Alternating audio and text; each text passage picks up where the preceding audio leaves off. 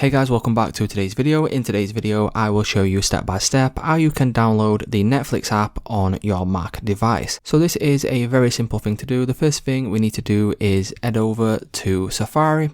And then once we open up Safari, we now need to go to netflix.com. Once we go over to netflix.com, you will be on this page where you can sign in or create a brand new account.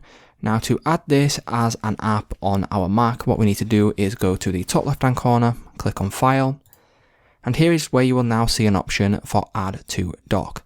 Click on this, you will then be able to name it, so for example Netflix, click on Add, and then once we click on Add, what we can then do is shut down our Safari, and from here this will now function as a normal app on our Mac. So if we go ahead and search for Netflix, as you can see right here, it is now showing.